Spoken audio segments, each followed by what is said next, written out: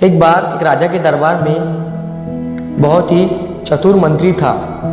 इस मंत्री के पास हर समस्या का हल होता था और राजा कोई भी बड़ा फैसला बिना उसे पूछे नहीं लेता था। इसी वजह से दरबार के अन्य लोग मंत्री से जलते थे। एक दिन राजा ने मंत्री से कहा, तुम बहुत बुद्धिमान हो, लेकिन तुम्हारा बेटा बहुत मूर्ख है और उसमें कोई समझदारी नहीं है। मंत्री को यह सुनकर अच्छा नहीं लगा और उसने पूछा, महाराज आप ऐसा क्यों कह रहे हो? आपको क्यों लगता है कि मेरा बेटा मूर्ख है? राजा ने कहा, हर सुबह जब मैं जनता से मिलने जाता हूँ तो तुम्हारा बेटा वहाँ मौजूद होता है। मैं उससे रोज़ पूछता हूँ कि सोना और चांदी में कौन सी चीज़ ज़्यादा कीमती होती है, और हर बार तुम्हारा बेटा कहता है कि चांदी ज़्यादा कीमती है। ये सुनकर दरबार में सब हंसने लगे और मंत्री को बहुत बुरा लगा। वो बिना कुछ कहे सीधे अपने घर गया और अपने बेटे से पूछा, बेटा सोना ज़्यादा कीमती होता है या चांदी? बेटे ने तुरंत जवाब दिया, पिताजी सोना। मंत्री ने फिर पूछा, अगर तुम्हें ये पता है कि सोना ज़्यादा कीमती है तो तुम हर रोज़ राजा को गलत जवाब क्यों देते हो और कहते हो कि चांदी ज़्यादा कीमती है?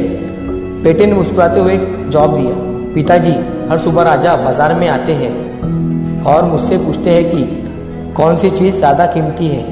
वो मेरे सामने एक सोने का सिक्का और चांदी का सिक्का रखते हैं और कहते हैं कि इनमें से ज़्यादा कीमती चीज़ उठाओ। मैं हर बार चांदी का सिक्का उठा लेता हूँ और राजा हंसते हुए चले जाते हैं। मंत्री ने नाराज़ होते हुए कहा, लेकिन बेटा आज इसी बात पर पूरे दरबार ने मेरी हंसी उड़ाई। बेटे ने मंत्री को अपने कमरे में ले जाकर एक डिब्बा खोला। डिब्बा चांदी के सिक्कों से भरा हुआ था। मंत्री हैरान रह गया और पूछा, इतने सारे चांदी के सिक्के तुम्हारे पास कहाँ से आए? बेटे ने कहा, पिताजी ये वही सिक्के हैं जो राजा मुझे रोज़ देते थे। जिस दिन मैं राजा को सही जवाब देकर सोने का सिक्का ले लूँगा तो उसी दिन राजा मुझसे ये सवाल पूछना बंद कर देंगे और मेरी चांदी के सिक्के की कमाई बंद हो जाएगी। राजा को ये देखना अच्छा लगता है कि मैं चांदी को ज़्यादा कीमती बताकर उनकी हंसी का कारण बनता हूँ, लेकिन मैं बिना ज़्यादा सोच विचार के रोज़ एक चांदी का सिक्का ले लेता हूँ और ताकि मेरी कमाई चलती रहे। ये सुनकर मंत्री को अपने बेटे पर गर्व हुआ। उसने समझ लिया कि भले ही लोग उसके बेटे को मूर्ख समझते हो, लेकिन असल में उसका बेटा बहुत बुद्धिमान था।